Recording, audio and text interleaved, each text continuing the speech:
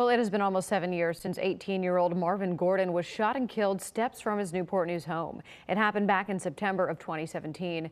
Court records state that shots rang out on Deputy Lane after a drug deal gone bad. And police arrested two brothers for Gordon's death, but the charges were later null prost. Only on 10, Gordon's mother sat down with our Michelle Wolf about her quest for justice.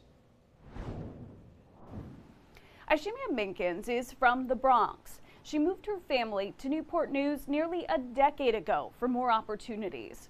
Her 18-year-old son, Marvin, was a week away from starting Job Corps when he was shot and killed.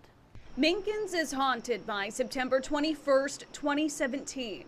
I was actually there when it all happened. I was in my window, and he was talking to me through the window, and I know his phone kept ringing.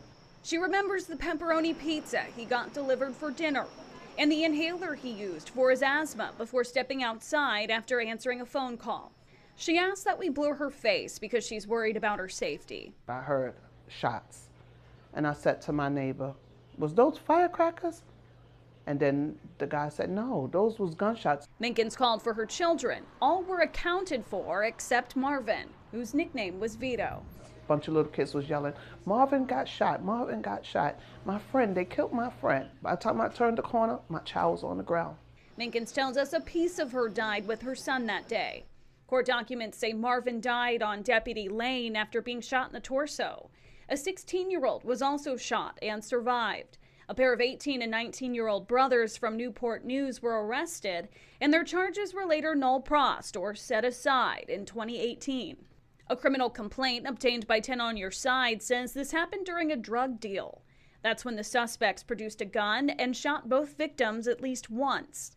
Minkins denies that narrative, saying her son was targeted and tricked into coming outside when he was killed.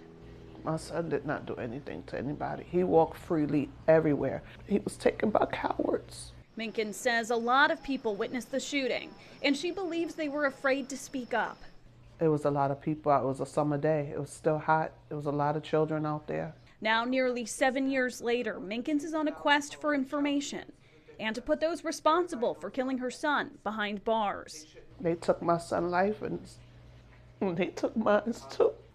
Minkins tells us she still has hope her family will get justice. She asks that anyone who knows what happened that day contact police.